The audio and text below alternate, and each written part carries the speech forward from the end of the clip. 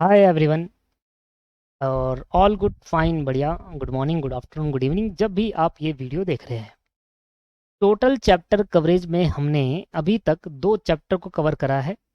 तो मैंने आपका एक वो दे रखा था क्या, watches class as per schedule, जो मैंने आपको बता रखा है कि इस तरीके से आपको देखना है।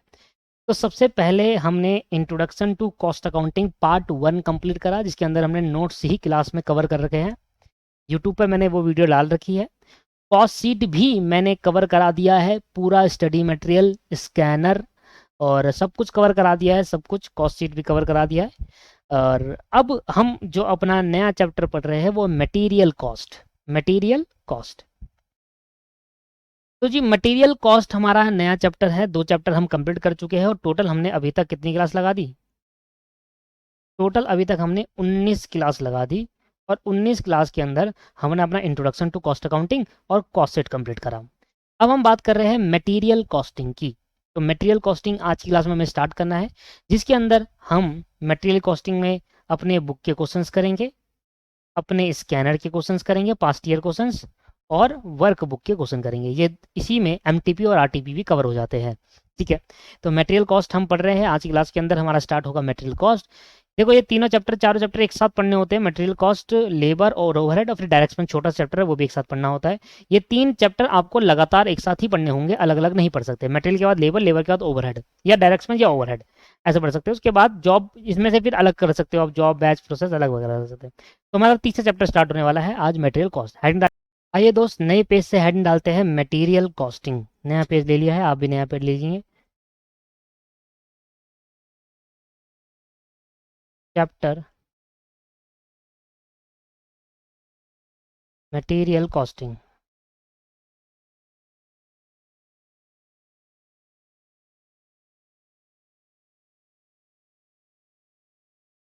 Chapter material costing.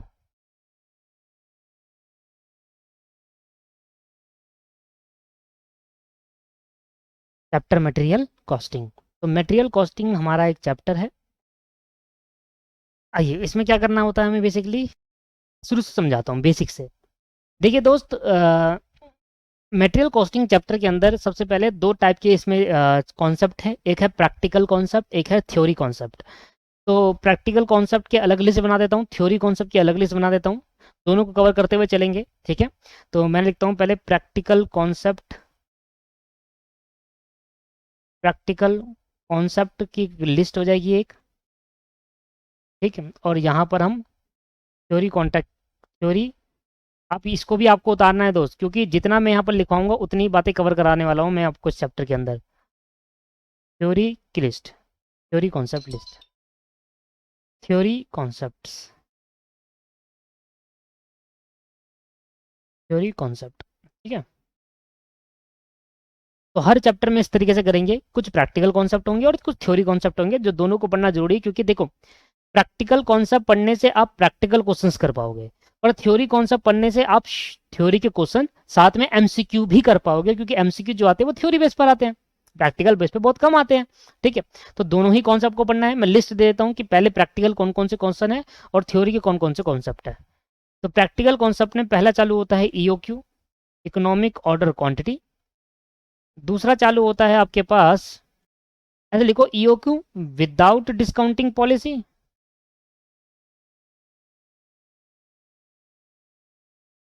ईओक्यू करेंगे विदाउट डिस्काउंटिंग पॉलिसी, और ईओक्यू करेंगे विद डिस्काउंटिंग पॉलिसी। दो अलग अलग मेन कॉन्सेप्ट होते हैं ये। With discounting policy, EOQ without discounting policy, EOQ with discounting policy. ठीक है जी। तीसरा हमारे पे है,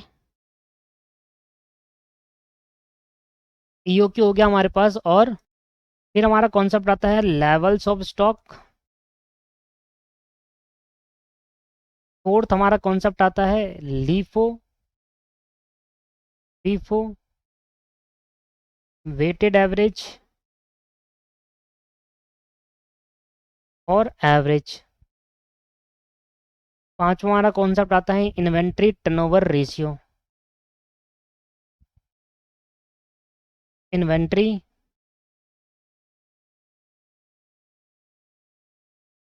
टर्नओवर रेशियो। ठीक है, इसको आप लिफो फीफो ना लिख करना, इसको आप लिखो method of pricing of material issue, ये लिखो। इसके अंदर बहुत सारी चीजें कवर होती है, क्या लिखोगे? Method of pricing of material issue, मतलब किस प्राइस पे मटेरियल इशू करा जाएगा, उस पे बहुत सारे मेथड होते हैं। किस प्राइस पे मटेरियल इशू करा जाएगा उसके बहुत सारे मेथड होते हैं, method of pricing of material issue. ठीक है, 6 पॉइंट पे आ जाइए दोस्त। और एक मेथड और है लास्ट में, total cost of material purchase, calculating total cost of material, calculating total cost of. तो ये बेसिकली 6 टॉपिक है जो प्रैक्टिकल है। थ्योरी के अंदर, इसके अंदर काफ़ी टॉपिक है, बट दोस्तों मैं आपको बताऊं, थ्योरी में हम वो सारे टॉपिक कवर करेंगे जिसके एमसीक्यू आने के चांसेस, एग्जाम में आने के चांसेस ज़्यादा है। बहुत सारे ऐसी थ्योरी भी होस्टिंग के अंदर होती है जो कभी ना पूछी जाती है ना कभी पूछेंगे।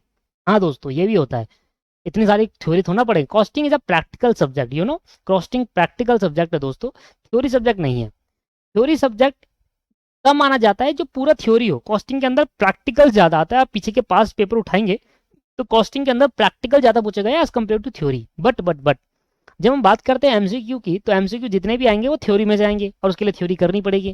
तो दोस्तों मैं वो सारी थ्योरी आपको कराऊंगा जिसके एमसीक्यू के आने के चांसेस हाई रहते हैं उस थ्योरी में से, और पेपर में आने के चांसेस उस थ्योरी में से होने के रहते हैं।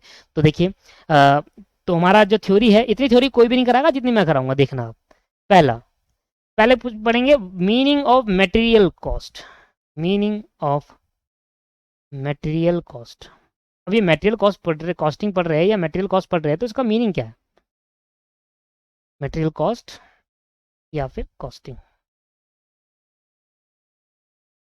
सेकंड, सेकंड हमें पढ़ना है एबीसी एनालिसिस। थर्ड हमें पढ़ना है बिन कार्ड। फोर्थ हमें पढ़ना है, आगे पढ़ेंगे डिफेक्टिव्स। फिफ्थ पॉइंट में पढ़ेंगे just in time. Final level में पूछा जाता है जस्ट इन टाइम, JIT, इधर बात बेसिक है, जस्ट इन टाइम। सिक्स्थ हम पढ़ेंगे गुड्स रिसीव्ड नोट। दोस्तों इन थ्योरी को आपको कोई याद नहीं करना, ये सिर्फ पढ़ना है कि अगर इन केस MCQ आ जाता है तो आपको पता हो कि भाई किस तरीके से सॉल्व किया जाएगा।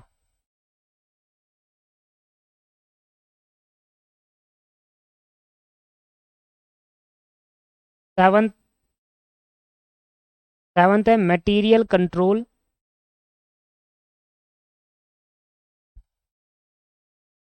एट है मटेरियल रिटर्न नोट, ये सब MCQ में पूछेंगे, देखना, मटेरियल रिटर्न नोट। नाइन है material requisition, material requisition note. और आपके पास 10 है वेड एनालिसिस, वेड एनालिसिस भी कह सकते हैं, वेड एनालिसिस, VD एनालिसिस है। 11वां स्टोर लेजर। देख रहे हो थ्योरी कितनी है, याद कर लोगे इतनी? नहीं कर पाएंगे, ऑब्वियस ही बात है, याद कैसे कर पाएंगे भाई, प्रैक्टिकल सब्जेक्ट है, इतनी थ्योरी कौन याद करेगा।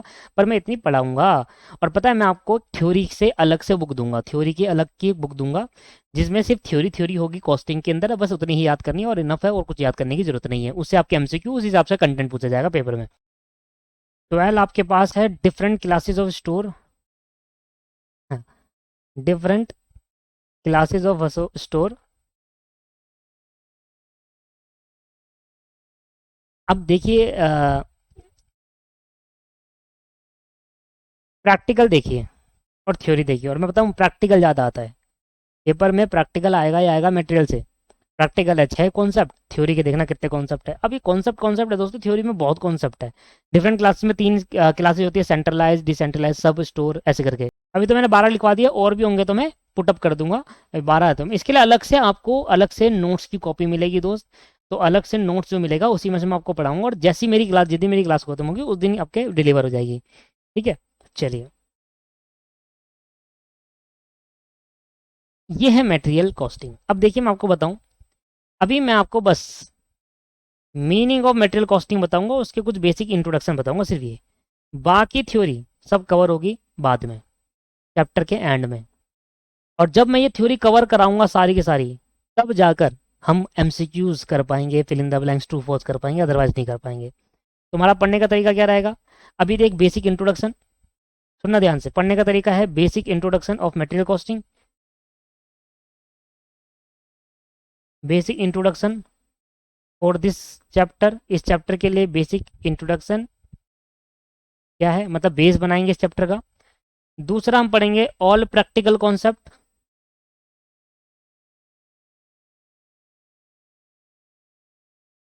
और प्रैक्टिकल कॉन्सेप्ट, सारे प्रैक्टिकल कॉन्सेप्ट पढ़ लेंगे और उससे रिलेटेड सारे क्वेश्चन कर लेंगे, and all related question.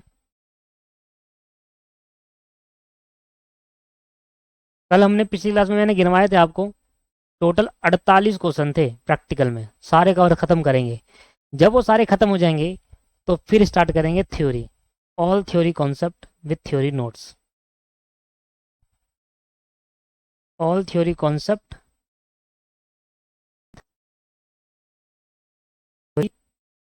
Notes. तो सारे basic introduction of this chapter, ये आज मैं क्लास में आपको स्टार्ट करता हूँ बेसिक इंट्रोडक्शन। फिर सारे प्रैक्टिकल कॉन्सेप्ट करेंगे, और जितनी थ्योरी मैंने 12 लिखाई है और एक्सेट्रा लिखवा दी बहुत सारी है, वो सारी कवर करते हुए चलेंगे। मैंने कहा याद नहीं करना थ्योरी को, सिर्फ एक बार मेरी क्लासेस को देखना है, और जब पेपर आए तो उसको रिवीजन करने के लिए स्पीड में देखना है, बस इतना कर देना, सारे एमसीक्यू कवर हो जाएंगे, सारे जितने भी। क्योंकि अगर आपको प्रैक्टिकल प्रैक्टिकल करके गए और आप ये उम्मीद रख लो कि मैं एमसीक्यू भी कर लूंगा प्रैक्टिकल, इस प्रैक्टिकल इसके अंदर भी थ्योरी होती है, पर इनकी थ्योरी से कभी प्रैक्टिकल इतना पूछा नहीं जाता, ये थ्योरी से प्रैक्टिकल पूछा जाता। प्रैक्टिकल वाले कॉन्सेप्ट के अंदर जो थ्योरी होती है ना, जो बेसिक बताया समझा, ईओक्यू क्या होता है, लेवल स्टॉप क्या होता है, इन्वेंटरी टर्नओवर रेशियो क्या होती है, इसमें भी थ्योरी आती है। पर इनकी थ्योरी से कभी ज्यादातर एमसीक्यू नहीं पूछा जाता, ज्यादातर एमसीक्यू पूछा जाता है वो ये थ्योरी से पूछा जाता है। क्लियर है? तो इनको भी उतना ही याद करना जरूरी है। लो भाई, तो हमारा 3 पार्ट में बटा हुआ है। पार्ट नंबर 1 हमारा basic introduction of this chapter, जो अभी क्लास में कवर करते हुए चलेंगे। पार्ट नंबर 2 हमारे सारे प्रैक्टिकल कॉन्सेप्ट, जब तक खत्म नहीं होते, 48 क्वेश्चन खत्म नहीं होते, तो करते जाएंगे, क्लास लगेगी इसमें सारी लंबी। और इसके अंदर मैं 2 क्लास में खत्म करा दूंगा सारे कॉन्सेप्ट, और बहुत डिटेल में और अच्छे से, ऐसा नहीं है कि 2 क्लास में भगा रहा हूँ, अच्छे से होगा। पूरे लेक्चर मटेरियल कॉस्टिंग के पूरे लेक्चर यूट्यूब पर डालूंगा, और उसके बाद नहीं डालूंगा दोस्त, क्योंकि आपको पता है मेनली जो लेक्चर डल रहे हैं वो सिर्फ आपको ये दिखाने के लिए है कि पढ़ाया कैसे जा रहा है, कि आपको समझ में आ रहा है नहीं आ रहा। फीस मेरी आपको वैसे ही पता है बहुत कम रहती है, और इंस्टॉलमेंट बेसिस पर भी आप स्टार्ट कर सकते हो। कांटेक्ट करने के लिए आप इस नंबर पे कांटेक्ट कर सकते हो, और इस नंबर में कांटेक्ट करके फीस पूछ लो, इंस्टॉलमेंट पूछ लो, है ना, वो सब जो जानकारी है वो पूछ सकते हैं। ठीक है, ऑफिस नंबर है, ऑफिस नंबर मेरा नहीं है भाई, ऑफिस का है। ठीक है, चलिए आइए सर बेसिक इंट्रोडक्शन सीखते हैं इस चैप्टर का। Basic introduction, basic introduction. और ऐसा ही हम हर चैप्टर में करेंगे, क्योंकि देखो ऐसे ही हर चैप्टर के अंदर थ्योरी होती है, सेम थ्योरी हर चैप्टर के अंदर होती है। बेसिक इंट्रोडक्शन टाइम लगाएंगे, एक एक चैप्टर में डिटेल में टाइम लगाएंगे, पर एक बार करने के बाद दोबारा उस चैप्टर को देखना नहीं पड़ेगा आपको, ऐसा करा देंगे। आइए सर, लिखेंगे इसके अंदर पहला point, material refer, material refer to the commodity,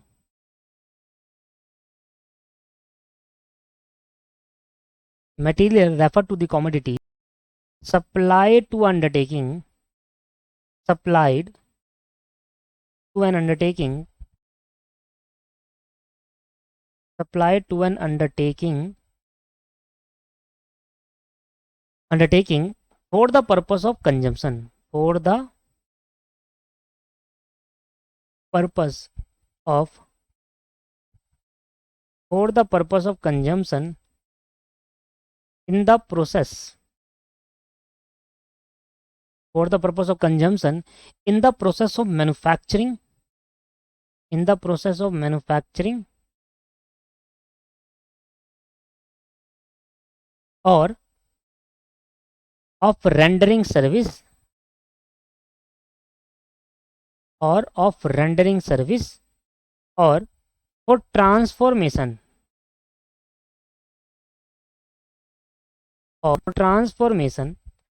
into product.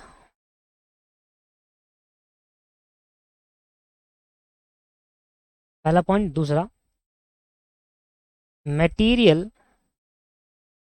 Are also known as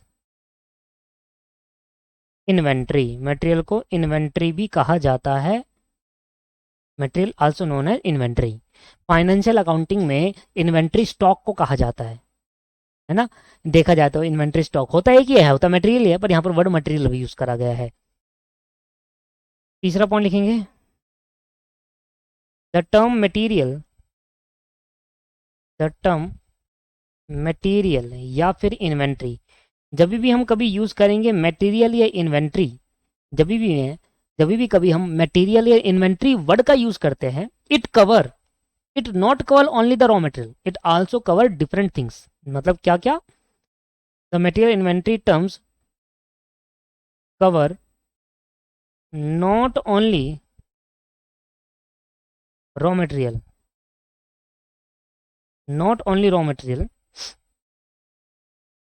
but also component work in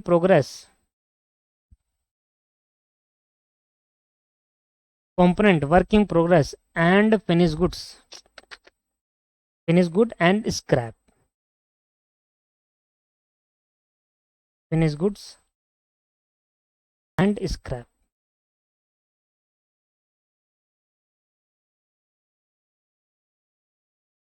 fourth point लिखेंगे, material cost is most significant part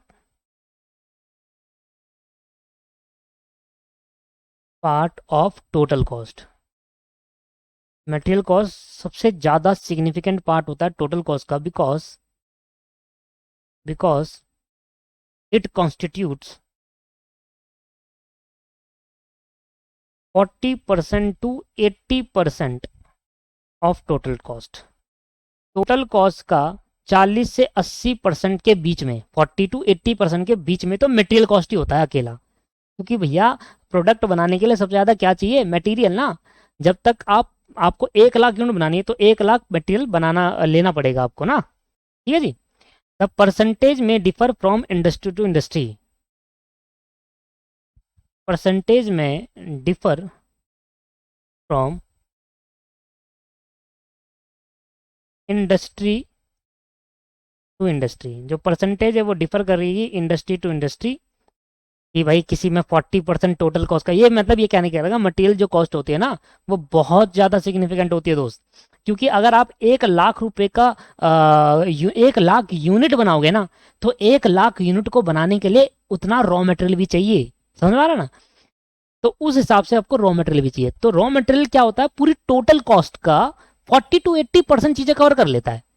और ये इंडस्ट्री टू इंडस्ट्री क्या करती है? डिफर करता रहता है। मैं आपको अभी समझा नहीं रहा, ये चीज बता रहा हूँ ये क्या था। बाकी मेरे को मटेरियल का बेसिक तो बताना ही है, पर अभी मैं लिखवा रहा हूँ बस आपको। ठीक है, चलो। तो फोर्थ पॉइंट में इंट्रोडक्शन दिया मैंने आपको, क्या कहा समझिए ध्यान से, कि मटेरियल रेफर करता है एक कॉमोडिटी को, एक यूनिट्स को, जो कि सप्लाई करते हैं एक अंडरटेकिंग को। किस लिए सप्लाई करा जाता है? For the purpose of consumption. किस चीज के लिए कंज्यूम करेंगे वो? इन प्रोसेसिंग ऑफ मैन्युफैक्चरिंग करना हो तब कर लो, या आपको सर्विसेज देनी है तब मटेरियल का कंजम्पशन कर लो, या आपको कोई भी प्रोडक्ट में ट्रांसफॉर्मेशन करना है, मतलब एक रॉ मटेरियल से आपको जब फिनिश गुड बनाना होता है तब वहां पर कन्वर्ट कर लो। तो कहता है कि देखिए मटेरियल की जरूरत आपको कहाँ कहाँ पड़ती है। मटेरियल क्या है बेसिकली? एग्जाम्पल अगर हम बात करें तो मटेरियल क्या है? मटेरियल एक कॉमोडिटी है।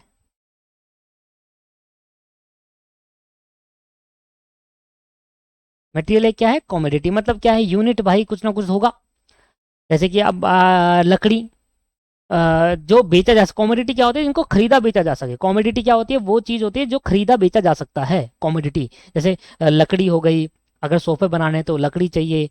अगर आपको स्टील का रॉ मटेरियल चाहिए, स्टील का कोई काम करना हो तो लोहे का काम करना है तो लोहे उसके लिए रॉ मटेरियल हो गया।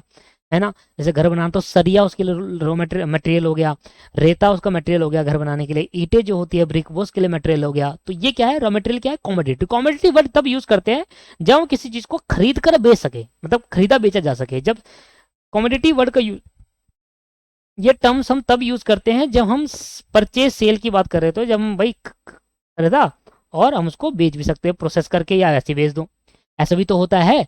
आप देखिए, ये एक बहुत बड़ी कंपनी है, ठीक है, एक बहुत बड़ी कंपनी है, मान लो एक बहुत बड़ी कंपनी है, ठीक है, ये बहुत बड़ी कंपनी है मान लेते हैं, मान लो ये कंपनी है और इस कंपनी के अंदर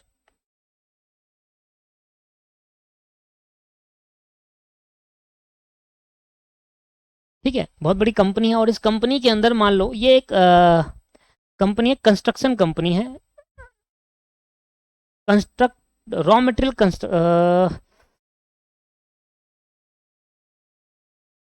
raw material delivery company, raw material deliver company, company है और कंस्ट्रक्शन वर्क, जैसे कि ब्रिक, ईट, रेता, सरिया, लोहा, आयरन वगैरह जो है सब मिल जाता है इस कंपनी के पास। अब ये कंपनी क्या करती है, ये कंपनी अपने बहुत सारे ये कंपनी क्या करती है, अपने बहुत सारे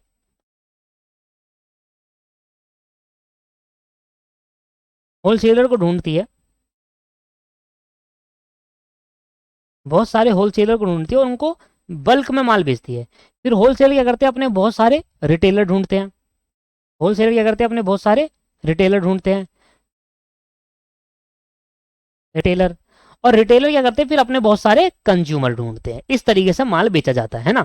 ऑब्वियस सी बात है, एक कंपनी है जो इन चिप का क्या करेगी, इन चिप का रॉ मटेरियल बना लिया, अब होलसेलर ने भी अपनी एक कंपनी खुद की खोल ली, रॉ मटेरियल सप्लायर, कहा कि कंस्ट्रक्शन रॉ मटेरियल सप्लायर करके एक अपनी खुद की कंपनी खोल ली। हो सकता है, नहीं हो सकता यार, आप होलसेलर हो, मैं कंपनी का मैन्युफैक्चरिंग करता हूँ, जहाँ कंपनी का रॉ मटेरियल वगैरह बनता है वो मैं, मेरी कंपनी है, मैं आपको देता हूँ, आप फर्दर रिटेलर को बेचते हो, रिटेलर फर्दर कंज्यूमर को बेचता है, तो आपने खुद की कंपनी खोल ली। तो ऐसा भी होता है कि आपने सामान, जो होलसेलर है उसने जो सामान मेरे से खरीदा, एक इस पर्सन से खरीदा और आगे इस पर्सन को बेच दिया, तो ये क्या करा, इसने क्या कंजम्पशन करा, नहीं, इसने एक जगह से सामान खरीद कर दूसरी जगह बेच दिया, होलसेलर ने यही तो करा।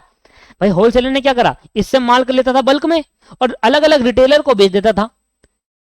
और रिटेलर क्या कर रहा है, रिटेलर क्या कर रहा है, रिटेलर कंज्यूम कर रहा है, नहीं, रिटेलर क्या कर रहा है, होलसेलर से माल ले रहा है बल्क में थोड़ा सा, पर और अलग अलग कंज्यूमर को बेच दे रहा है। तो ये जो पर्सन बैठे हुए मिडल मैन, ये पर्सन जो बैठे हुए मिडल मैन, इनके लिए यूज होता है raw material as a commodity, क्योंकि ये क्या करते हैं, खरीदते हैं और बेच देते हैं, कोई प्रोसेसिंग करते नहीं है। तो रॉ मटेरियल तरीके क्या है, कॉमोडिटी है, जिनको हम परचेज करते हैं, उसमें आगे प्रोसेस भी कर सकते हैं और उसको बेच भी सकते हैं, और जिनको हम खरीद कर बेच भी सकते हैं। क्लियर है या नहीं है। अब रॉ मटेरियल को कमोडिटी कहा गया, और ये मटेरियल खरीदेंगे क्यों, why we purchase the raw material, why we purchase the raw material, हम क्यों रॉ मटेरियल को परचेज करेंगे, वाई वी परचेज, हम रॉ मटेरियल क्यों खरीदेंगे भाई, तीन काम को करने के लिए। रॉ मटेरियल जो खरीदा जाता है वो तीन काम को करने के लिए खरीदा जाता है। अच्छा, किसको सप्लाई होता है रॉ मटेरियल, अंडरटेकिंग को, वो क्या करती है, या तो वो क्या करेगी, मैन्युफैक्चरिंग करेगी, इस रॉ मटेरियल से क्या करेगी, रॉ मटेरियल से मैन्युफैक्चरिंग करेगी, या क्या करेगी, मैन्युफैक्चरिंग करेगी, या सर्विस रेंडर करने के लिए रॉ मटेरियल चाहिए होगा, सर्विस रेंडर करने के लिए रॉ मटेरियल चाहिए होगा, या फिर सर्विस रेंडर करने के लिए रॉ मटेरियल कैसे चाहिए होगा, सर मुझे बताइए जरा, सर्विस रेंडर करने के लिए रॉ मटेरियल कैसे चाहिए होगा, सर्विस तो आपके पास उसमें कोई कॉमोडिटी थोड़ा बेची जाती है, मैं बता देता हूँ। सर्विस रेंटर करने के लिए रॉ मटेरियल चाहिए, अभी बताता हूँ रॉ मटेरियल क्या चाहिए होता है, सर्विस रेंटर करने के लिए भी चाहिए होता है दोस्तों, ऐसी सर्विस नहीं मिल जाती, देखिए।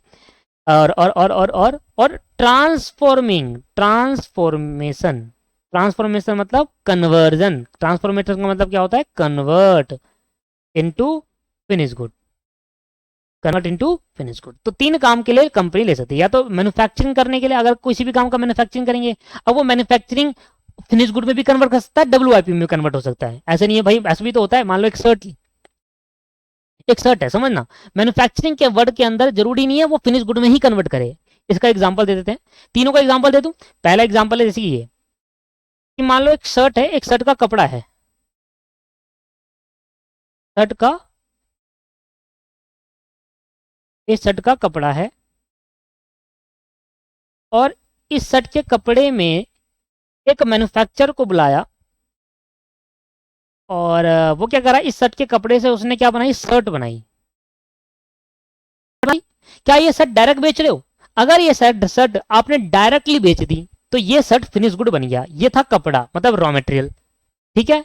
इस रॉ मटेरियल से इसने क्या करा, मैन्युफैक्चरिंग करी, शर्ट बनाई।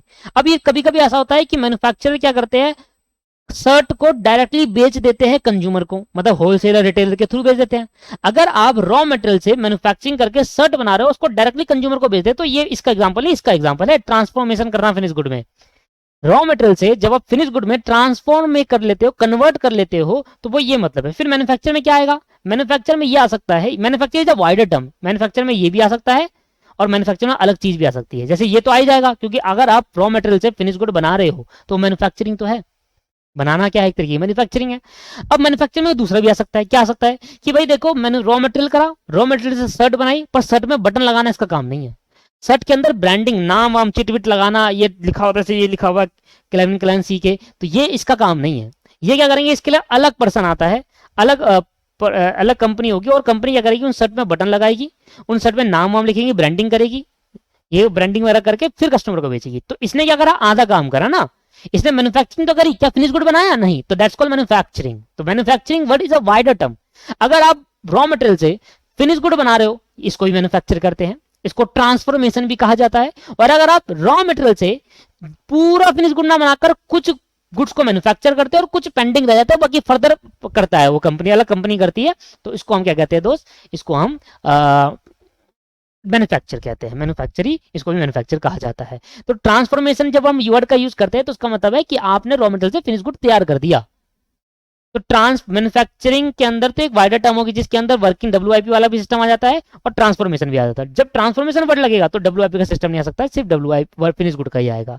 तो मटेरियल क्या है, एक ऐसी कमोडिटी जिसको खरीदा बेचा जा सकता है, जो हम खरीदेंगे क्यों, for the purpose of manufacturing, for the purpose of servicing, goods servicing देने के लिए, और for the purpose of transformation. अब ये तो समझ में आ गया सर मैन्युफैक्चरिंग में क्या होता है। मैन्युफैक्चरिंग वाइडर टर्म है, जिसके अंदर हम एक गुड्स को बनाकर डायरेक्टली बेच भी दो, गुड्स को मैन्युफैक्चर करके फिनिश गुड बनाकर बेच भी दो, ये ट्रांसफॉर्मेशन भी कहा जाता है इसको। और गुड्स को आधा बना दो, आधा कोई और बनाएगा, ठीक है ना वो। बट बात करते हैं सर्विसिंग की, तो सर्विस क्या है, सर्विस में कब से रॉ मटेरियल यूज होने लगा, तो मैं आपको बताता हूं। आप एक बैंक में जाते हो और बैंक में अकाउंट खोलते हो, ठीक है, समझ में आया। बैंक में जब अकाउंट खोलते हो तो बैंक वाला आपको कहता है ये लो जी चेकबुक, ये लो दोस्त ATM, debit card, credit card, ये सब देता है। अब मान लेते हैं बैंक वाले ने जो आपको डेबिट कार्ड दिया या क्रेडिट कार्ड दिया, तो डेबिट कार्ड एक फिजिकल फॉर्मेट में होता है या नहीं होता, मुझे बताओ sir, debit card is a physical format or not. Yes sir, physical format में होता है, डेबिट कार्ड होता है, फिजिकल फॉर्मेट में होता है। क्या वो मटेरियल नहीं है, मटेरियल है। क्या वो मटेरियल खरीदा बेचा गया है, नहीं। उस मटेरियल का यूज कर कर आप सर्विसेज गेन करते हो, होता है ना। तो सर्विस रेंडर करने के लिए कभी कभी मटेरियल भी चाहिए होता है दोस्त, ऐसे नहीं है कि मटेरियल नहीं चाहिए होता। बैंक वाले आपको एटीएम कार्ड दे रहे, डेबिट कार्ड दे रहे हैं, वो मटेरियल है, वो मटेरियल है। उसने भाई एक कार्ड लिया, उस कार्ड में अपनी ब्रांडिंग करी, उसमें चिप लगाई, और वो चिप कहीं पर भी यूज हो जाएगी, वो वाला करा, तो वो मटेरियल करा, वो मैन्युफैक्चरिंग कर दी, प्रोसेसिंग कर दी। रॉ मटेरियल है ना, वो कार्ड लाया होंगे पहले, खाली ब्लैंक कार्ड होगा ना, उस ब्लैंक कार्ड में अपने बैंक का नाम, फोटोज वगैरह, नंबर, कार्ड नंबर वगैरह, और चिप लगाते हैं उसके अंदर, बिना चिप के तो चलेगी नहीं, चिप लगाया तो वो चीज होगी। तो वो क्या है, physical format, that's called inventory. पर वो कार्ड को बेचने के लिए होता है नहीं, वो तो सर्विस देने के लिए होता है कि आप डेबिट कार्ड लो, उसका यूज करना, कहीं से पैसे निकाल लेना। तो सर्विसिंग रेंडर करने के लिए भी मटेरियल चाहिए होता है, जरूरी नहीं है सर्विस में सिर्फ आपने सर्विसेज दे दी। आप कहीं पर भी रेस्टोरेंट जाते हैं, तो रेस्टोरेंट जाते हैं तो जब रेस्टोरेंट में आप खाना देते हैं तो एक तरीके क्या है, वो सर्विस है। पर खाना देंगे किसमें, प्लेट वगैरह में, तो वो भी तो कहीं ना कहीं यूज हो रही है। तो मटेरियल यूज होता है सर्विस को रेंडर करने में, इसलिए वो मटेरियल को चाहिए होता है। समझ में आ गया, क्लियर है। तो ये है मटेरियल। तो मटेरियल क्या है दोस्त, तो मटेरियल के बारे में अगर मैंने कहा तो मटेरियल क्या है, मटेरियल रिफर करता है उस कमोडिटी को जो एक अंडरटेकिंग को सप्लाई करी जाती है, किस पर्पस के लिए, कंजम्पशन के पर्पस के लिए। वो वो अंडरटेकिंग क्या करेगी, इसको मटेरियल को लेगी, कंज्यूम करेगी, मैन्युफैक्चरिंग करेगी, या फिर कोई रेंडरिंग सर्विस देने के लिए काम करेगी, या फिनिश गुड में प्रोडक्ट को बनाने में ट्रांसफॉर्म करेगी, कन्वर्ट करेगी, उसको मटेरियल कहेगी। तो कोई भी कमोडिटी जिसको हम खरीदते हैं एज अ कंपनी, कोई भी कमोडिटी जिसको हम खरीदते हैं for the purpose of manufacturing, for the purpose of servicing, rendering service, और for the purpose of transformation into a product, तो वो कमोडिटी मटेरियल कहलाता है। क्या कहलाता है, मटेरियल। और इसमें आप बहुत सारे एग्जांपल ले सकते हैं प्रैक्टिकल लाइफ के लिए। भाई सोफा बनाने के लिए आपको लकड़ियां चाहिए, तो वो उसके लिए मटेरियल हो गया, रॉ मटेरियल हो गया ना। मटेरियल को हम दूसरे लैंग्वेज में कहेंगे, दूसरे वर्ड में क्या कह सकते हैं, material is also known as an inventory, material को इन्वेंट्री भी कहा जाता है। The term material cover not only raw material, जब मैं कहता हूं ना कि रॉ मटेरियल नहीं, रॉ मटेरियल नहीं, WIP भी होता है, फिनिश गुड भी मटेरियल माना जाता है, और स्क्रैप जो निकल जाता है वो भी मटेरियल होता है। तो मटेरियल जब यूज कर रहे हैं सिर्फ रॉ मटेरियल ही नहीं है, मटेरियल का मतलब रॉ मटेरियल तो है ही, WIP में जो मटेरियल है वो भी तो मटेरियल ही है, और आपका फिनिश गुड जो बन गया वो भी एक मटेरियल माना जाता है, वो भी क्या माना जाता है दोस्त, मटेरियल। ऐसे नहीं कहेंगे मटेरियल, अगर कहीं वर्ड लिखा है मटेरियल कर, मटेरियल कॉस्ट कर रहे हैं, तो मटेरियल कॉस्ट में सिर्फ रॉ मटेरियल की कॉस्टिंग नहीं करते, मटेरियल में रॉ मटेरियल की, फिनिश गुड की, वर्क इन प्रोग्रेस की, अलग अलग कंपोनेंट्स की कॉस्टिंग करी जाती है, कॉस्ट निकाली जाती है दोस्त। तो मटेरियल का मतलब सिर्फ रॉ मटेरियल नहीं, मटेरियल का मतलब रॉ मटेरियल भी है, फिनिश गुड भी है, वर्किंग प्रोग्रेस में जो बच गया मटेरियल वो भी है, और कंपोनेंट्स भी है अलग अलग, सब है उसका मतलब। तो मटेरियल ऐसी टर्म्स है, ये इन्वेंट्री ऐसी टर्म है जिसके अंदर सिर्फ रॉ मटेरियल नहीं बाकी सभी चीज आती है। मटेरियल जैसे ये वाला पॉइंट तो मैं आपको ऑलरेडी बता चुका कि मटेरियल कॉस्ट एक ऐसी कॉस्ट है, एक इंपॉर्टेंट कॉस्ट है जो पूरे टोटल कॉस्ट का 40 to 80% पार्ट कवर करती है। अगर मान लो 1 लाख की कॉस्ट है ना, तो 40,000 से 80,000 के बीच में मटेरियल की कॉस्ट आएगी अकेले, बाकी फर्दर आएगी direct labour, direct expense, indirect overheads वगैरह अलग अलग टाइप के। अब देखो मैंने यहाँ पर कॉस्ट शीट पहले क्यों करा है, रीजन भी है कॉस्ट शीट कराने का। अब मैं आपको बोलूंगा ना कि डायरेक्ट मटेरियल आ जाएगा, डायरेक्ट लेबर आ जाएगा, फिर सेलिंग एंड डिस्ट्रीब्यूशन ओवरहेड आ जाएगा आपके पास, और फैक्ट्री ओवरहेड आ जाएगा, और आपके पास ऑफिस एंड एडमिनिस्ट्रेशन ओवरहेड आ जाएगा, तो आपके दिमाग में हिट कर जाएगी चीजें ऑटोमेटिकली कि हाँ यार ये तो पढ़ चुके हैं हम। और अगर डायरेक्ट मटेरियल करा देता तो ये आपको समझ में आता है यार ये तो नहीं पढ़ा था, ऐसा तो नहीं पढ़ा था। हो सकता है आपने फाउंडेशन लेवल पे पढ़ा हो, बट दोस्तों कभी कभी कोई स्टूडेंट होता है जो फाउंडेशन में नहीं पढ़ा, उसने कॉस्टिंग छोड़ देता है। ठीक, आइए सर, ये समझ में आ गया सर, ठीक है। तो बेसिक इंट्रोडक्शन में समझ में आया कि बेसिक मटेरियल होता क्या है। अब मटेरियल जो भी होता है, ये एग्जांपल भी आप उतार लीजिएगा। अब दोस्तों क्या होता है, मटेरियल का एक प्रोसेस है, क्या है, better understanding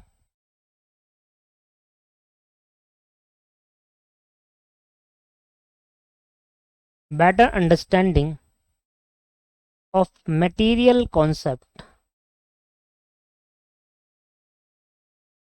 is given below. Material concept को और अच्छे समझने के लिए नीचे की दे रखा है, उसको ध्यान से सुनिए। अब क्या दे रखा है, देखिए सबसे पहले क्या होता है, हम अगर बात करें मटेरियल की, तो मटेरियल में सबसे पहले क्या होता है, हम मटेरियल को खरीदते हैं, क्या करते हैं, मटेरियल को बाय करते हैं। मटेरियल सबसे पहले हम खरीदते हैं, तो मटेरियल सबसे पहले क्या होता है, परचेज होता है, परचेज बोल लो या रिसिप्ट कह लो, मतलब जब हम खरीद लेंगे तो हमारे पास मटेरियल आ जाएगा, तो उसको रिसिप्ट वर्ड भी यूज करा जाता है। मटेरियल खरीदने के बाद मान लो एक कंपनी है, उसको मैन्युफैक्चरिंग करनी है, तो सबसे पहले क्या करेगी वो, सबसे पहले वो कंपनी क्या करेगी, मटेरियल को खरीदेगी। जब मटेरियल खरीदेगी तो क्या मटेरियल आ जाएगा, दैट्स कॉल्ड रिसिप्ट। मटेरियल खरीदने के बाद अब वो मटेरियल क्या इकट्ठा सारा कर देगी, मान लो भाई 1 महीने का उसने मटेरियल खरीद लिया, 1 महीने की मैन्युफैक्चरिंग करनी है, मान लो 1 महीने में 1 लाख यूनिट का रॉ मटेरियल लगता है, उसकी मैन्युफैक्चरिंग करनी है, आपको 1 लाख यूनिट बनाना है, उसमें मैन्युफैक्चरिंग करनी है, तो आपने 1 महीने का रॉ मटेरियल कर लिया। क्या 1 महीने का रॉ मटेरियल डायरेक्ट सारा का सारा मैन्युफैक्चरिंग में लगा देगा, या कुछ ही लगेगा कुछ बच जाएगा, सब ऑब्वियस सी बात है। आपने पूरे महीने का रॉ मटेरियल खरीद लिया, महीने का रॉ मटेरियल खरीद लिया। अब महीने के रॉ मटेरियल खरीदने से क्या हुआ कि आपका जो पर डे का रॉ मटेरियल लगा, चलो कुछ तो आप फैक्ट्री में डाल दिया, बाकी कहाँ रखोगे, बाहर रखोगे क्या, नहीं, और फैक्ट्री में इतनी जगह होती नहीं कि मटेरियल रख पाए, तो इसके लिए आप स्टोर बनाते हो, क्या बनाते हो, एक स्टोर, वेयर हाउस टाइप का, जिसके अंदर स्टोरेज होता है, वो जिसके अंदर क्या रखता है, मटेरियल को रखना होता है, और वहां से निकाल के जितना चाहिए होता है फैक्ट्री में जाता है, और जो स्क्रैप होता है वो वापसी स्टोर पे आ जाता है कि चलो भाई स्क्रैप साइड में रख दिया। तो स्टोर होता है एक तरीके का वेयर हाउस, जो कि आपको खरीदना होता है, जहां पर मटेरियल रखा जाए खरीदने के बाद। जैसे ही मटेरियल आएगा वहां रखेंगे, और उसमें जितना यूज होगा पर डे का, उसमें फैक्ट्री के अंदर भेजकर प्रोसेसिंग करते रहेंगे। तो मटेरियल खरीदने के बाद जब भी मटेरियल का रिसिप्ट होगा तो आपको स्टोर पर रखना पड़ेगा, वो स्टोरेज क्या करना होगा दोस्त, स्टोरेज। स्टोरेज कर लिया, स्टोरेज करने के बाद आप क्या करेंगे, इसमें फिर जाकर इशू करेंगे। तो प्रोसेस क्या है, कुछ इस तरीके, इशू करने का मतलब है फैक्ट्री में भेजना। इसका मतलब समझो, मटेरियल को खरीदना, मटेरियल को खरीदना रिसिप्ट कहते हैं, मटेरियल को खरीदना रिसिप्ट कहते हैं, ठीक। खरीदने के बाद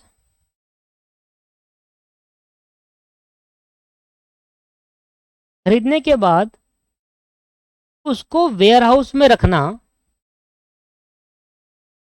खरीदने के बाद उसको वेयरहाउस में रखना स्टोरेज कहते हैं। खरीदने के बाद, मटेरियल खरीदने के बाद डायरेक्ट हम कहाँ भेजेंगे, पहले अपने वेयर हाउस में। मतलब जो मटेरियल अब मान लो ट्रक से आया तो ट्रक की जो अनलोडिंग होगी डायरेक्ट स्टोरेज पर अनलोडिंग होगी वेयर हाउस में।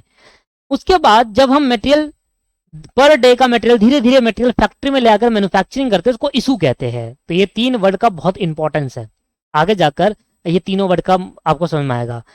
मटेरियल खरीदेंगे, खरीदने पे, खरीदते ही क्या मटेरियल खरीदा, लाए, लाके कहाँ भेजा, रखा पहले उसको स्टोर में, वेयर हाउस में। वेयर हाउस में रखने के बाद जितना मटेरियल की जरूरत होगी, जितना मटेरियल की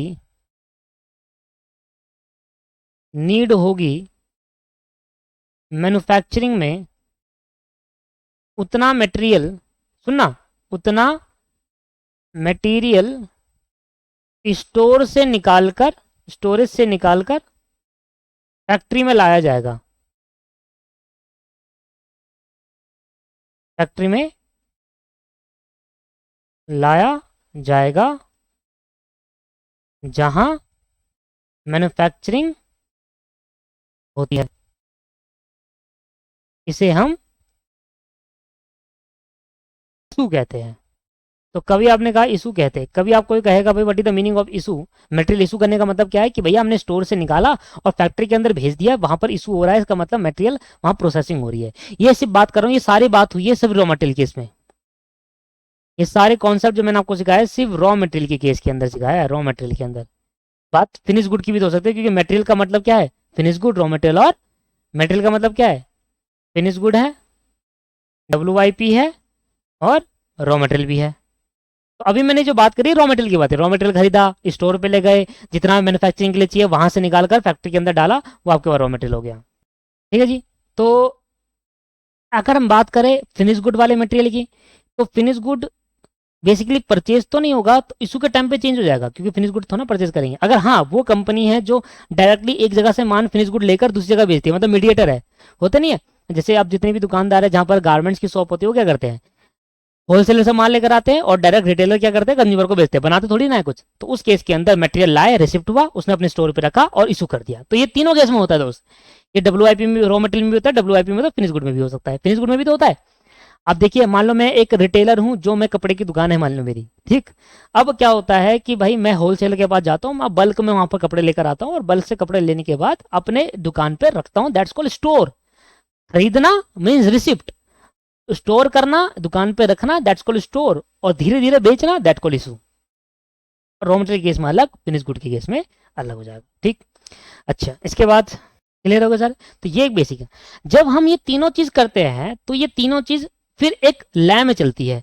जैसे कि इस महीने हमने रिसिप्ट करी, स्टोर पे रखा और धीरे धीरे इशू कर दिया, धीरे धीरे इशू कर दिया, अब खत्म होने वाला है तो मटेरियल बुक करना होगा, मटेरियल बुक करा, फिर स्टोर पे रखा, फिर इशू करा धीरे धीरे, फिर मटेरियल बुक करना होगा, फिर मटेरियल खरीदा, फिर स्टोर पे रखा, फिर। तो ऐसे रेगुलर चलता रहता है, ये सालों साल तक ऐसे ही चलता रहता है, महीने टू महीने ऐसे चलता रहता है। पर डे के हिसाब से करें तो और चीज, पर डे पे खरीदा, हर दिन खरीद रहे हो, हर दिन स्टोर पे रख रहे हो, हर दिन इशू कर रहे हो, हर दिन खरीद रहे हो, तो बहुत दिक्कत आ जाती है। तो इस केस के अंदर क्या होता है, इस केस के अंदर क्या होता है, हम इन तीनों चीज को जब एक साथ करना होता है तो हमें तीनों चीज को क्या करना पड़ता है, कंट्रोल भी करना होता है। और जब हम तीनों चीज को कंट्रोल करते हैं तो इसी को मटेरियल कंट्रोल कहा जाता है। क्या कहा जाता है, मटेरियल कंट्रोल। परचेज करो, रिसिप्ट कब करना है, परचेज कब करना है, स्टोर पे कब रखना है, और इशू कितने टाइम पे करना है, जब जब खत्म होगा। तो ये कंट्रोल भी करना होता है इन चीजों को, तो दैट्स कॉल्ड मटेरियल कंट्रोल। क्या कर रहे हैं, मटेरियल को कंट्रोल। तो मटेरियल कंट्रोल करने का मतलब क्या हुआ कि कितने टाइम पे हमें परचेज करना चाहिए, कब हमें स्टोर पे रखना है, और स्टोर से कब उसको इशू करके फैक्ट्री में भेजना है, अगर रॉ मटेरियल की बात कर रहे हैं तो दैट्स कॉल्ड कंट्रोल। तो इन तीनों चीज को मिलाकर हमारे पास क्या आता है, कंट्रोल भी होता है। ऐसा नहीं है कि तीनों चीज कर ली, कंट्रोल करना भी बहुत जरूरी है उतने ही पॉइंट पे। तो कुछ समझ में आया बेसिक मतलब कंट्रोल। आइए आगे बढ़ते हैं। दोस्तों मैंने आपको कहा था, जब हम कॉस्ट शीट प्रिपेयर कर रहे थे, इससे पहले मैंने आपको जो कॉस्ट शीट चैप्टर पढ़ाया वो जानबूझ के पढ़ाया था। रीजन बिंग, ये चीज समझानी थी मुझे। क्या, जब हम कॉस्ट शीट प्रिपेयर करते थे तो डायरेक्ट मटेरियल, थोड़ा प्रैक्टिकली सोचना, डायरेक्ट मटेरियल हमें गिवन होता था, डायरेक्ट लेबर हमें गिवन होता था, और हमें डायरेक्ट एक्सपेंसेस गिवन होता था, तो हम कहते थे दी प्राइम कॉस्ट। यहाँ जोड़ने के बाद क्या आ जाता था दोस्त, प्राइम कॉस्ट आ जाता था, यही आता था, प्राइम कॉस्ट आ जाता था। Direct material, direct labour and direct expense मिलाकर क्या बन जाता, प्राइम कॉस्ट। इसके अंदर हम फैक्ट्री ओवरहेड अलग, एडमिनिस्ट्रेशन ओवरहेड अलग और ऑफिस सेलिंग, तो मैंने कह रहा हूँ ऑल ओवरहेड्स, जितने भी ओवरहेड्स थे उनको निकालेंगे, उनको जोड़ देंगे, और जोड़ने के बाद क्या आ जाता था, कॉस्ट ऑफ सेल, यही आती थी, कॉस्ट ऑफ सेल यही आता था, है ना, कॉस्ट ऑफ सेल आता था। और कॉस्ट ऑफ सेल आने के बाद इसमें हम करते थे ऐड प्रॉफिट, और प्रॉफिट ऐड करने के बाद हमारे पास क्या आता था, हमारे पास आ जाता था सेल। ठीक है जी, यही करते थे, ऐसे ही करते थे हम कॉस्ट शीट जब बनाते थे। तो जब हमने कॉस्ट शीट बनाई थी ना, जब हमने कॉस्ट शीट बनाई थी, तो हमें ये सारी चीजें क्वेश्चन में गिवन हुआ करती थी। बताओ क्या गलत कह रहा हूं क्या, मटेरियल क्वेश्चन में, हाँ ऐसा नहीं डायरेक्ट, कभी कभी ऐसा होता है डायरेक्टली गिवन ना होकर हिंट दे रखा होता है, तो वो कैलकुलेशन का पार्ट है, वो उसको नहीं कह रहा मैं कह रहा हूँ मटेरियल निकालने का या तो हिंट दे रखा होता था, डायरेक्ट गिवन होता था ना, मटेरियल निकाल तो लेते थे। बट दोस्तों जब हम बात करते हैं as a company, as a whole, जब आप कंपनी में बैठे हो और कंपनी बैठे हो और कंपनी वाले आपसे कह रहे हैं, आप as a cost accountant company में बैठे हुए हो, कंपनी वाले आपसे कह रहे हैं कि बताइए कॉस्ट शीट बनाइए। अब कॉस्ट शीट बनाना होगा तो आप कहोगे सर बताइए रॉ मटेरियल कितने का, तो आप कंपनी से पूछोगे कि भैया मुझे बताओ रॉ मटेरियल। अब प्रैक्टिकल हो जाओ, थोड़ा सा प्रैक्टिकल हो जाओ। कंपनी में हो आप, मैं एज अ ऑनर, आप कंपनी के हो कॉस्ट अकाउंटेंट और कॉस्टिंग बनाते हो आप कंपनी की, मैं एज अ ऑनर आपसे बोलता हूँ सर मुझे कॉस्ट शीट बनाकर दिखा दीजिए, मुझे कॉस्ट शीट में जानना है कि कितनी कॉस्ट हुई टोटल और क्या प्रॉफिट रखना है, क्या सेल प्राइस रखना है। तो आपने कहा सर बना देंगे। आप कहोगे सर हमने तो बचपन में सीखा था, हमने जो बेसिक क्लास में सीखा था, सर ने पढ़ाया था, तो वहां तो आप डायरेक्ट मटेरियल, आप में से कहने लगे लाओ सर डायरेक्ट मटेरियल बताओ कितने का है। आप कॉस्ट अकाउंटेंट मेरे से कहेगा ऑनर से कि डायरेक्ट मटेरियल बता दो, डायरेक्ट लेबर बता दो, डायरेक्ट एक्सपेंस बता दो, मैं तीनों को जोड़ दूंगा, प्राइम कॉस्ट आ जाएगी। फिर सारे ओवरहेड बता दो, मैं सबको जोड़ दूंगा, कॉस्ट ऑफ सेल आएगी। सर सारा बता दूंगा, आप मुझे ये बता दो डायरेक्ट मटेरियल है कितने का, और आप मुझे बता दो डायरेक्ट लेबर कितने के लगे, आपके मटेरियल कितने का लगा और एक्सपेंसिव कितने लगा। इन तीनों को जोड़ूंगा तो बोल दूंगा प्राइम कॉस्ट, और फिर बताऊंगा सारे ओवरहेड आपसे पूछूंगा कि फैक्ट्री में कितना ओवरहेड लगा, ऑफिस एडमिनिस्ट्रेशन में कितना ओवरहेड लगा, सेलिंग में डिस्ट्रीब्यूशन में कितना ओवरहेड लगा, इन सबको जोड़ दूंगा तो कॉस्ट ऑफ सेल आ जाएगी। कॉस्ट अकाउंटेंट एक कंपनी के मालिक से कह रहा है, और मेरे को मत बताइए किसी और को बोल दीजिए, कॉस्ट अकाउंटेंट एक कंपनी के मालिक से कह रहा है भाई। अब कंपनी का मालिक जो है वो साइंस साइड का है, तो कंपनी के मालिक ने कहा भाई हमने तुम्हें किस लिए रखा है ये बताओ आप, नहीं तुम्हें किस लिए रखा है हमने। अगर डायरेक्ट मटेरियल हमें निकालना आता तो ऐड हम भी कर सकते थे, इसके लिए अलग से कॉस्ट अकाउंटेंट रखने की जरूरत नहीं पड़ती। डायरेक्ट मटेरियल हमें पता होता है कितने रुपए का लगा, या डायरेक्ट लेबर हमें पता होता है कितने रुपए का लगा, या डायरेक्ट एक्सपेंस पता होता है कितने रुपए का लगा, तो हम भी तीनों को जोड़कर प्राइम कॉस्ट कह देते। ये तो कितना सिंपल है, आपने बता दिया अभी भी कर देते हम। बात गलत है या सही है बताओ। बात तो सही कह रहा भाई ऑनर। भाई जरूरी थोड़ा ना है कि हर एक ऑनर जो कॉस्ट अकाउंटिंग जानता हो, जरूरी थोड़ा है कि हर एक ऑनर को कॉस्ट शीट पता हो निकालना, जरूरी है कि हर ऑनर को डायरेक्ट मटेरियल निकालना आता हो। इन चीजों को नहीं पता तभी तो एक कंपनी का मालिक जिनको ये चीजें के बारे में नहीं पता, तभी तो वो कॉस्ट अकाउंटेंट को हायर करता है कि हाँ भैया हमें कॉस्ट शीट बना कर दे दो। ऑनर सिर्फ कॉस्ट अकाउंटेंट से कहेगा कि हमें कॉस्ट शीट बना कर दे दीजिए, डायरेक्ट मटेरियल कितना, लेबर कितना, एक्सपेंसेस कितना खुद निकालो, हमें पता, और खुद ही जोड़ना और खुद ही प्राइम कॉस्ट करना। फिर सारे ओवरहेड भी खुद ही निकाल लो, खुद ही निकालने के बाद खुद ही जोड़ना और खुद ही कॉस्ट ऑफ सेल बताना। और हमें तो सीधा चाहिए कॉस्ट कितनी है जी टोटल, बस। तो अब कंपनी का मालिक आपसे सिर्फ ये कहेगा, एज अ कॉस्ट अकाउंटेंट जब कंपनी के अंदर जाओगे और काम करोगे तो कंपनी का मालिक आपसे ये कहेगा कि भाई कॉस्ट शीट बनाकर दिखाइए, एक बताइए टोटल कॉस्ट कितनी लगी है प्रोडक्ट को बनाने में, कितना प्रॉफिट ऐड करो, सेलिंग प्राइस क्या है, आपसे तीन चीज पूछेगा, ये और ये तो खुद ऐड कर लेगा मैनेजमेंट से पूछकर। कॉस्ट आपको बतानी होगी, सेल प्राइस को ऐड करने निकल जाएगा। तो कॉस्ट निकालना किसका काम होता है, एक कॉस्ट अकाउंटेंट का। और एक कॉस्ट अकाउंटेंट का जब कॉस्ट निकालना काम होगा तो वो आपसे, आपको ये तो ना, आप तो नहीं ये कहोगे सर कॉस्ट शीट में तो हमें पता, जब हमारे पास क्वेश्चन आ रहे थे तो कॉस्ट शीट में डायरेक्ट मटेरियल गिवन होता था तो हमें डायरेक्ट मटेरियल दो भैया, ऐसा कुछ नहीं। नहीं ऐसा नहीं होता ना, प्रैक्टिकली थोड़ा सोचो। तो कंपनी के अंदर जो ऑनर है वो कंपनी, आपके ऑनर आपसे डायरेक्टली ये पूछेगा भाई बता दीजिए कितना खर्चा आया, टोटल कॉस्ट कितनी लगी है प्रोडक्ट में, बस उसको ये देना है। तो अब डायरेक्ट मटेरियल उस कंपनी में कितने का लगा या आप खुद निकालो। सर कैसे निकालेंगे, यही बात कर रहे हैं, कैसे निकालूं। अभी मैंने आपको जो कॉस्ट शीट पढ़ाई थी ये तो क्वेश्चन में गिवन थी, पर प्रैक्टिकली पॉसिबल है क्या। प्रैक्टिकली आप जब as a cost accountant company के अंदर काम करोगे तो क्या डायरेक्ट मटेरियल हाथ के हाथ मिल जाएगा आपको, है क्वेश्चन की तरह थोड़ी ना आएगा कि ये लो देखो डायरेक्ट मटेरियल सोल्व करो, उसको आप बैठे सोल्व करते हैं, ऐसा ना आता। डायरेक्ट मटेरियल खुद निकालना होता है, डायरेक्ट लेबर कितने के लगे उस पर्टिकुलर पीरियड पे खुद निकालना होता है। और इसी के लिए दोस्तों प्रॉब्लम को समझ में आई, प्रॉब्लम समझ में आई कि जब भी स्टूडेंट को कॉस्ट शीट पढ़ाई जाती है वो माइंड में सेट कर लेता है कि जो डायरेक्ट मटेरियल तो क्वेश्चन में गिवन होता है, डायरेक्ट लेबर तो क्वेश्चन में गिवन होता है, एक्सपेंसेस क्वेश्चन में गिवन होता है, ये तो दोनों को जोड़ूंगा प्राइम को। वो आपको प्रोसीजर सिखाया था कि टोटल कॉस्ट निकालते कैसे, ये नहीं सिखाया था कि डायरेक्ट मटेरियल कैसे निकालते हैं। वहां कौन निकाला, वहां तो डायरेक्टली गिवन था।